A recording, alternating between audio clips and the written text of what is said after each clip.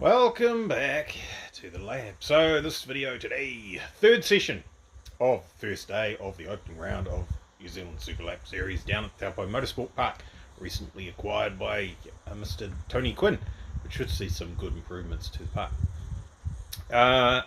Went faster, said that in the earlier video, watched the video thing, wherever it is. It was good, a good day at the track. Wasn't intending to smash out a PB on that day. It was kind of a, if it happens, it happens. Was aiming for Sunday morning. We're not talking about Sunday morning. So let's have a look at underneath the car. It's actually Friday now, so I'm recording this Friday afternoon. It'll go up Friday evening. I've spotted all the millions of cars that we've got. Far too many cars. Played Tetris with cars to get the march up on the hoist. Make sure there's nothing going on under there that I'm unaware of that's going to throw a curveball at us for the next time that we want to use the car. Could have done a test session today down Taupo. There's one on there.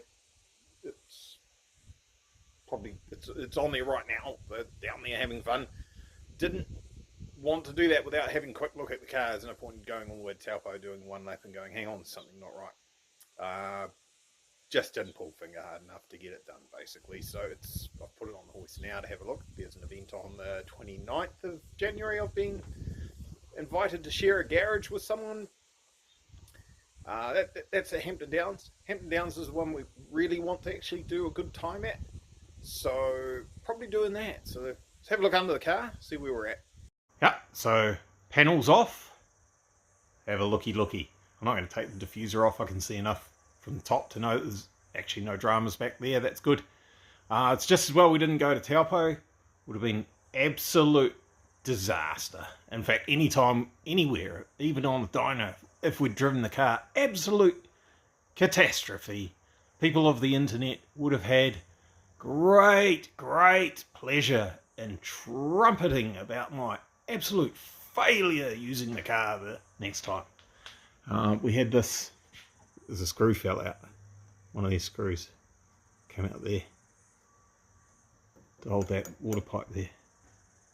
Just would have been like emergency services. Would have made headline news, I think. So I'm glad I didn't go to Taupo and have that go wrong. That would have been far out. Lucky we dodged that one, eh? So the seals on the transfer box, they don't like being oversped by a factor of 2. So they tend to leak a little bit. I have given it a bit of a wipe. You can see there's evidence there, right? It wasn't quite as clean as that. There was a couple of little trails around. So that's fine. We know about that. We know we're overspeeding them significantly. There's an option to replace those with seals that will take the absolute beating that we're giving them. But otherwise, it's good. Still got the same amount of backlash in there. It all goes round. Nothing's fallen apart. We haven't blown any CV joint seals, which they do if you put them in and they're just not quite aligned, and you twist the outer case around to line it up with the holes in that, and you put a preload on the seals, they just fall apart. That's my bad. I did that once. I did have a failure there. So my hanger bearing contraption thing up here, that's perfect. That's doing exactly what it needs to do. There's evidence that these bushes are doing a wobble movie as they need to do, so that's great. I haven't got a torch with me today, too bad. Back here we were concerned about whether this shaft was moving enough and it might be touching this housing or potentially touching the ring gear, so I cleaned all that up. I put some fresh paint on it just to make sure if it touched there we could see that it has touched. As you can see, it has not touched, so that's perfect. That's working good. We've still got up inside our little window there a screwdriver and give it the old, oh no, my finger's dirty. Call an ambulance. Gave the release bearing a bit of a spinny spin. It's free, it's good. Was going to make a one-piece shim here, haven't yet. But there's news on that front. So that's actually a front-wheel drive flywheel for a Nissan Altima in there. And this is a rear-wheel drive configuration, right? So our stack heights are all wrong. That's why we ended up with shims and modifying things and playing around. The blue car that we were working on today, that you'll see a video of that in a little bit, it had one of these in there. This is a Z1 Motorsports twin plate 300ZX bloody clutchy thingy. So competition clutch, which is, I think this is all the same as Tilton, Quartermaster and all that sort of carry on. This one's flogged, so it's been driven poorly.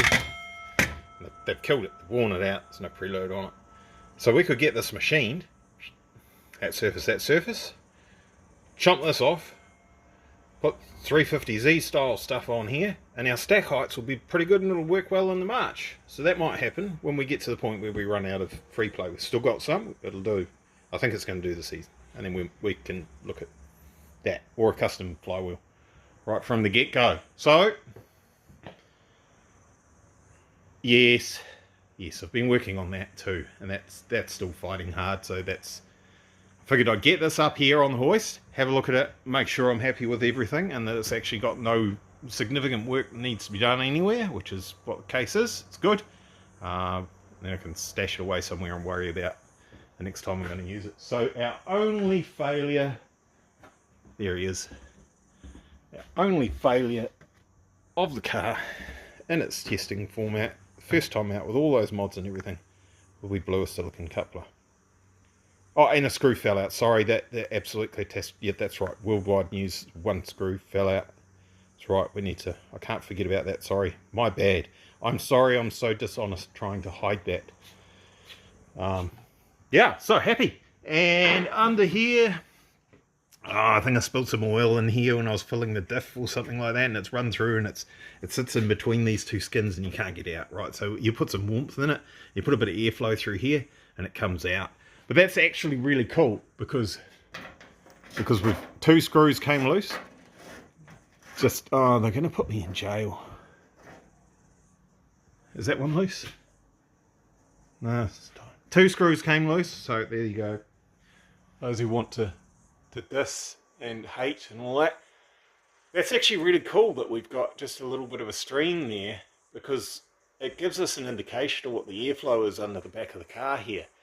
And there's no other reason why that would go towards the centre of the car other than we're creating a lower pressure area with our exhaust system underneath the car, aka blown diffuser. It works. Happy days. I mean, it's just real simple stuff. It has to work. Basic as, but there you go. There's I mean, as much evidence as I'm going to get before, I don't know, what are we going to do? Buy some vaping things, what are those called? Little vape things, and put a GoPro under here and have that vape thing and smoke streams and record it for you. Enough talk, let's go racing. See you, bye.